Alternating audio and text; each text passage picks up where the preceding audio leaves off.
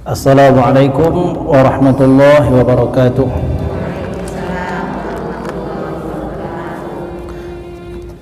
Bismillahirrahmanirrahim. Alhamdulillahi rabbil alamin.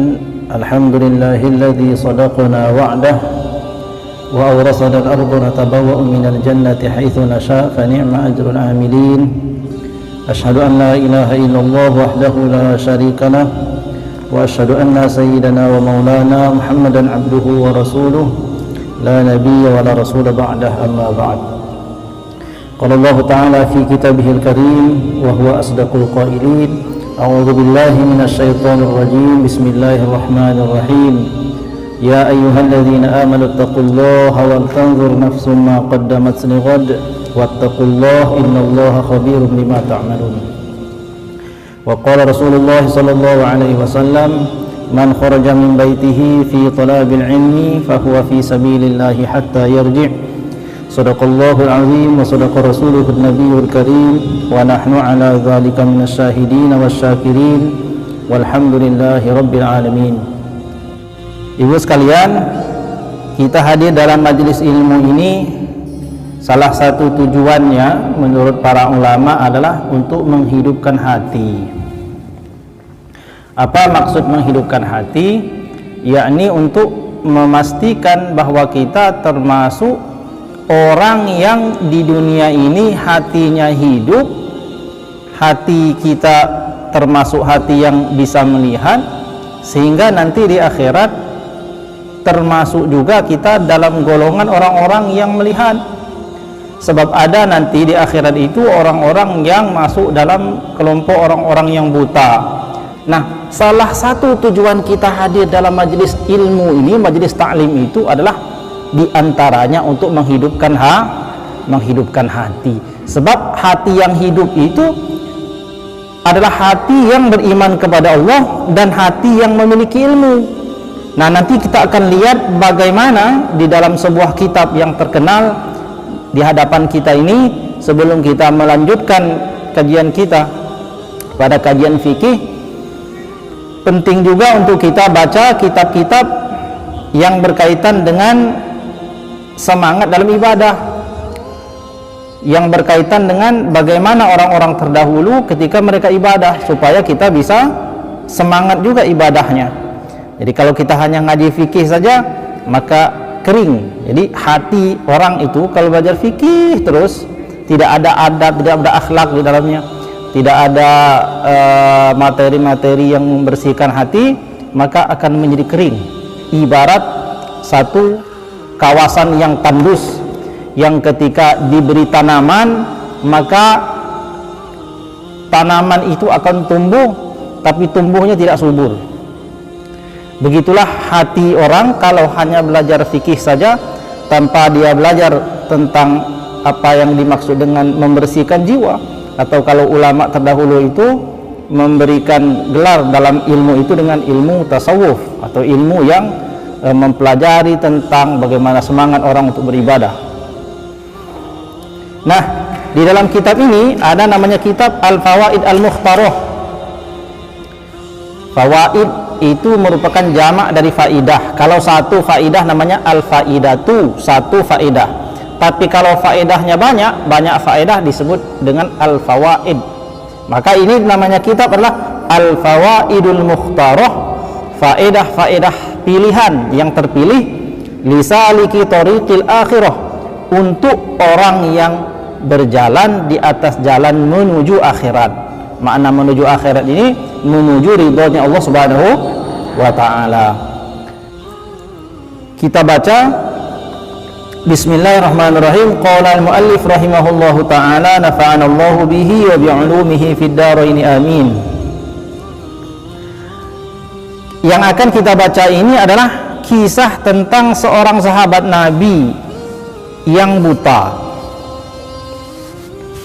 Ada seorang sahabat Nabi yang sangat terkenal, namanya Abdullah ibnu Ummi Maktum. Pernah dengar? Pernah dengar? Ada yang sudah pernah dengar? Abdullah ibnu Ummi Maktum. Belum pernah? Nah, kita baca. lamma nazala qaulullahi ta'ala, ketika turun ayat Allah, yakni firman Allah Subhanahu wa taala dalam Al-Qur'an surat Al-Isra ayat 72 yang berbunyi, a'udzubillahi minasyaitonir rajim, wa man kana fi hadhihi a'ma fa huwa fil akhirati a'ma wa adallu sabila. Ketika ayat ini turun, apa arti ayat ini?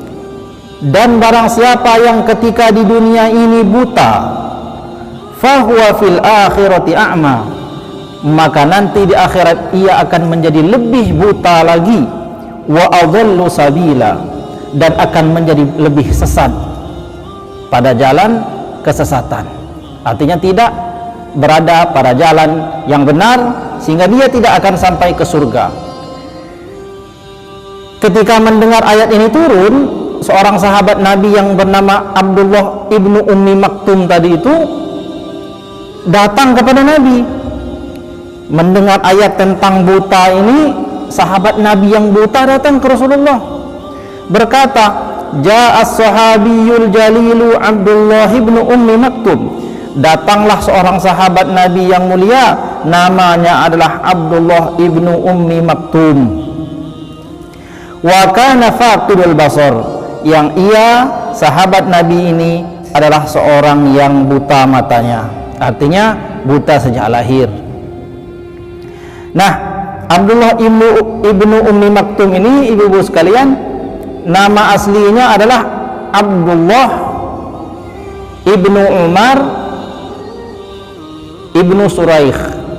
Jadi kalau kita baca di dalam biografi para sahabat Nabi itu, ada salah seorang sahabat Nabi itu namanya adalah Abdullah ibnu Umar ibnu Suraikh, lebih dikenal dengan nama Abdullah ibnu Ummi Maktum.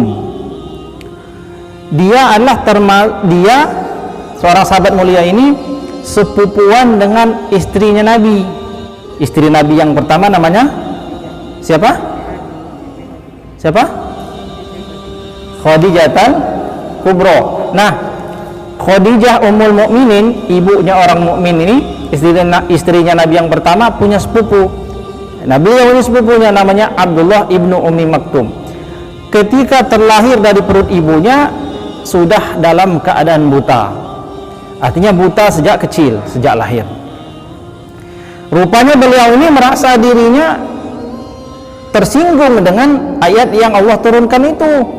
Mendengar itu kan ada ayat ini berbunyi, barang siapa yang di dunia ini dalam keadaan buta, maka nanti di akhirat dia akan menjadi lebih buta lagi, dan dia akan menjadi lebih sesat di atas jalan kesesatan. Mendengarkan ayat seperti ini, sahabat Nabi ini gelisah, maka datang kepada Nabi Shallallahu Alaihi Wasallam, lalu berkata, wa qala lahu, berkata ia sahabat Nabi yang bernama Abdullah ibnu Ummi Maktum, ya Rasulullah, wahai Rasulullah, inna hazihil ayata allati nazalat alaika qad ahzanatni. Ya Rasulullah, sesungguhnya ayat ini yang baru saja turun ini, yang baru saja turun kepadamu ini, wahai Rasulullah, sungguh ia telah menjadikan hatiku ini sedih. Sungguh telah membuat aku sedih. Laqad raditu bil ama fid dunya walakin la utiquhu yaumal qiyamah. Ya Rasulullah, sungguh aku ini telah ridho. Ya Rasulullah, aku ini sudah ridho dijadikan Allah di dunia ini dalam keadaan buta mata. Aku ridho ya Allah, aku ridho ya Rasulullah dijadikan Allah termasuk orang yang tidak sempurna, yakni hilang penglihatan. Tetapi kata beliau, akan tetapi ya Rasulullah, sungguh aku tidak kuat seandainya aku di akhirat nanti juga dalam keadaan buta. Ini kita bisa membayangkan bagaimana keadaan hati beliau ini. Beliau merasa dirinya itu kan buta, tiba-tiba turun ayat menerangkan tentang orang buta. Siapa yang buta di dunia, maka nanti di akhir akan menjadi lebih buta lagi dan akan menjadi lebih sesat lagi. Maka beliau gelisah sampai-sampai bertanya ke Rasulullah begitu, ya Rasulullah, aku telah ridho dijadikan Allah buta di dunia ini, tapi kalau aku harus buta di akhirat nanti, sungguh aku tidak kuat ya Rasulullah. Wa qabla ayyujiba ar-rasul alaihi salatu wassalam nazal al-amin Jibril alaihi salam biqaulihi ta'ala. Ketika bertanya seperti itu sahabat Nabi yang buta yang bernama Abdullah ibnu Ummi Maktum ini, maka sebelum Nabi menjawab pertanyaan orang tersebut, turun sendiri langsung malaikat Jibril memberi jawaban atas pertanyaan daripada sahabat Nabi ini. Malaikat Jibril turun membawa ayat Al-Quran sebagai jawaban atas pertanyaan sahabat Nabi. Apa ayat yang turun setelah ada pertanyaan seperti itu? Fa innaha la ta'mal absar walakin ta'mal qulubul ladzi fis sudur. Sungguh yang buta itu bukanlah buta matanya, akan tetapi yang dimaksud buta dan akan menjadi buta di akhirat itu adalah buta hatinya yang ada di dalam dadanya.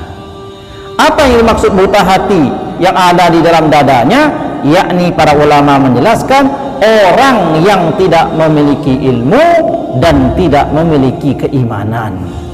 Maka hadirnya kita dalam majelis ilmu dimanapun berada, tujuannya yang pertama adalah untuk menghidupkan hati kita agar kita bukan termasuk orang yang buta hati sehingga di akhirat menjadi buta. Itulah kenapa betapa pentingnya kita hadir di dalam majelis ilmu. Sahabat Nabi saja yang begitu mulia ternyata menjadi gusar, sangat resah ketika mendengar firman Allah. Kita bisa membayangkan bagaimana kalau kita diuji dengan seperti itu. Yang berkata Nabi, barang siapa yang buta di dunia, maka di akhirat akan lebih buta lagi. Padahal kan beliau ini buta bukan kehendaknya sendiri kan, kehendak Allah Subhanahu wa taala. Ternyata yang dimaksud ayat itu bukan buta mata secara zahir ini, bukan, tetapi hatinya yang buta.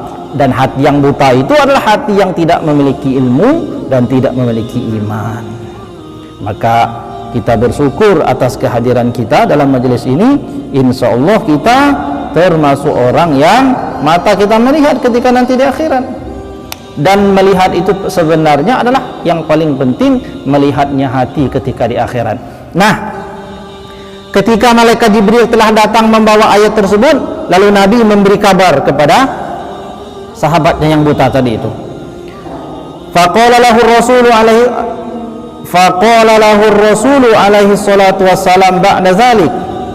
Lalu setelah malaikat Jibril menyampaikan ayat itu, bahwa yang dimaksud buta itu bukan buta matanya akan tetapi buta hati, lalu Nabi berkata kepada sahabatnya yang buta tadi, ya ibna Ummi Maktum, wahai ibnu Ummi Maktum, ala tardo antakuna awwala man yanzuru ila zatillahi ta'ala yaumal qiyamah.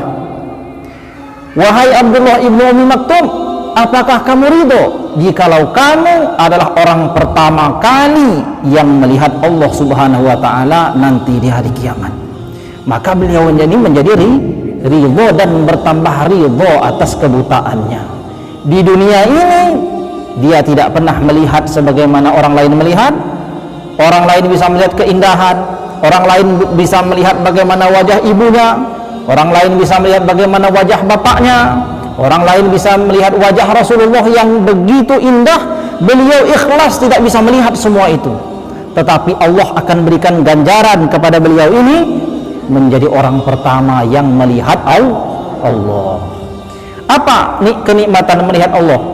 Ketika orang itu masuk ke dalam surga, maka seluruh kesulitan yang pernah dia ingat menjadi lupa.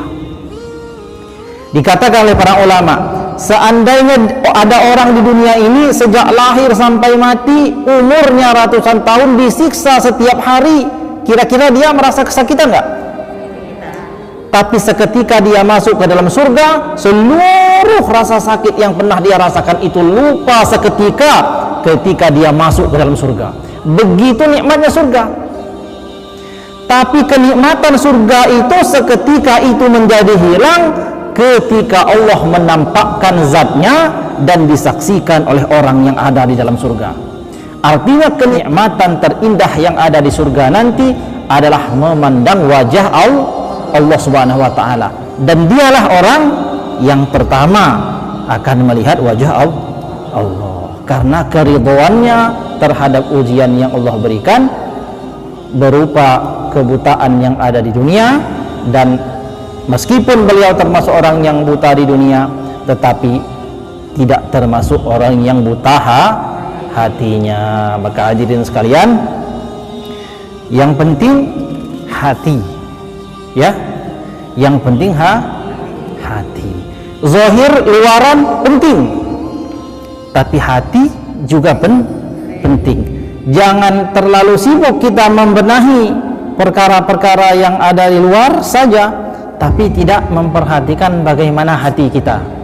Jadi kita hari ini berpakaian yang bagus, alhamdulillah, itu sudah sesuai dengan syariat agama, sudah tertutup rapi aurat kita. Tapi setelah itu belum selesai. Setelah semua ini kita lakukan dalam bentuk syariatnya, fikihnya kita sesuaikan, ya, maka selanjutnya adalah bagaimana kita membenahi hati kita. Salat kita ini sudah benar semua, bacaannya sudah benar, alhamdulillahirabbil alamin. Surah Al-Fatihah sudah betul, gerakannya sudah tumakninah, sudah betul ini, sampai salam sudah selesai. Baru satu tahapan, Bu. Tahapan selanjutnya adalah bagaimana hati kita ini ada bekasnya setelah sholat. Jadi ketika kita ini termasuk orang yang melaksanakan sholat, maka di luar sholat akhlak kita seperti orang yang sholat, tetap menjaga hati, menjaga akhlak, menjaga adab kepada semua orang. Itulah tandanya hati yang hidup, ya, hati yang hidup atau hati yang melihat, bukan hati yang buta. Nah, demikian ulasan singkat daripada kitab Al-Fawaid Al-Mukhtarah. Mudah-mudahan ada manfaatnya ini.